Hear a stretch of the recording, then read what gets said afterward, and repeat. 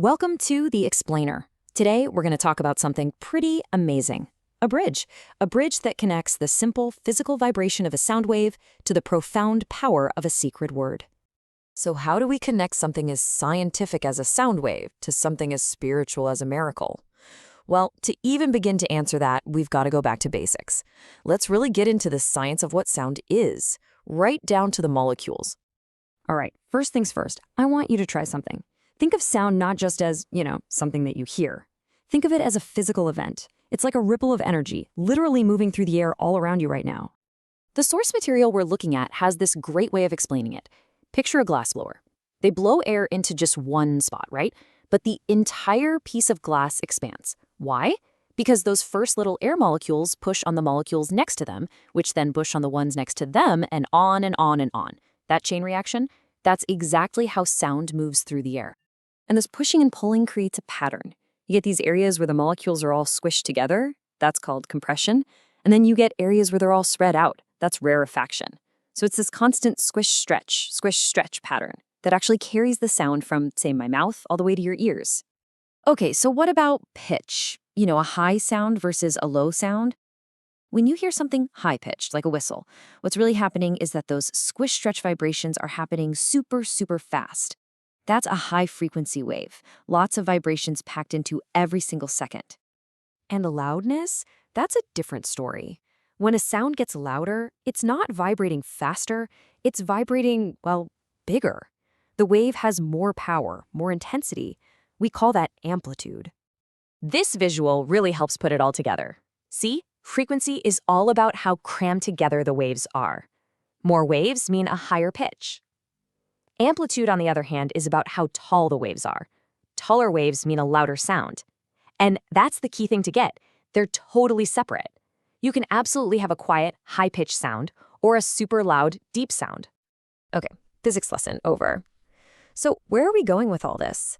Well, here's where things get really interesting. These scientific ideas we just talked about, frequency and amplitude, they're not just something we figured out recently. Turns out, they're described with amazing detail in the Quran Majeed. Wow, just take a look at this table. The language is so specific. You have words like hams and hasis for footsteps, which are described as low-frequency sounds. Makes sense, right? Then you have shaka, an ear-deafening sound which is all about being loud. That's its amplitude. This isn't just, poetic description. It's a really sophisticated way of categorizing sound that lines up perfectly with the physics we just went over. So we've got the wave itself, and we've got this ancient text describing it with scientific precision. But what's the missing piece? Us. How does all that vibration out there in the world actually become sound inside our heads? And our source material really pauses on this point. The idea that the ear itself is just an incredible piece of biological engineering, a gift designed with this mind-boggling complexity, all for one purpose: to turn physical vibrations into something meaningful. And here's how it happens step by step. A sound wave hits your eardrum, making it vibrate. That vibration gets passed along by these teeny tiny bones to this snail-shaped thing called the cochlea. Inside that, thousands of tiny little hair cells turn those vibrations into electrical signals. And finally, a nerve zaps those signals to your brain, which goes, aha, that's a sound. And all of this happens in an instant. It's just an incredible, lightning-fast conversion of energy. Okay, so we've covered the physics, the scripture, the biology. Now, let's bring it all together. Let's see how these pieces, vibrations, hearing, and faith, all come together in this one powerful, true story our source material shares. The story starts with a child born in Bahrain with severe hearing loss, and the diagnosis from doctors was, it was hopeless. They were completely convinced he would never, ever be able to speak. The only path forward they saw was sign language and a special school.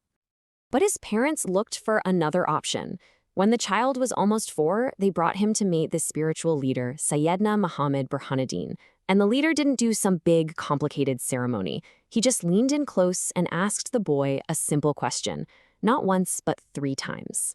Just try to picture that moment. He's asking this child, a child who had never spoken a single word, who doctors swore couldn't speak, to answer him. You can understand why his mother just started to cry. She was sure it was impossible. And then it happened. For the very first time in his life, the child spoke. He said a single word, Maula. In that one moment, a physical vibration, a sound wave from his own vocal cords, changed absolutely everything. And this wasn't just a feeling. The results were real, they were measurable. Those same doctors, the ones who had said there was no hope, they examined him again and could only call it what it was. A miracle. With just a simple hearing aid, the child who was supposed to hear nothing now had 40% of his hearing. No surgery, no complex procedure. It was as if that one word unlocked something inside him. It's an incredible story, right? But the real takeaway here is how it connects back to us, to our own responsibility, and how we choose to use the power of sound in our own lives every single day. Okay, let's rewind for a second. Remember amplitude from the beginning?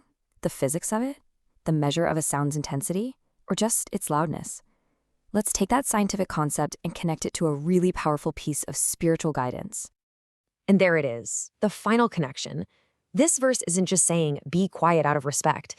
It's a direct instruction to control the physical amplitude of your voice.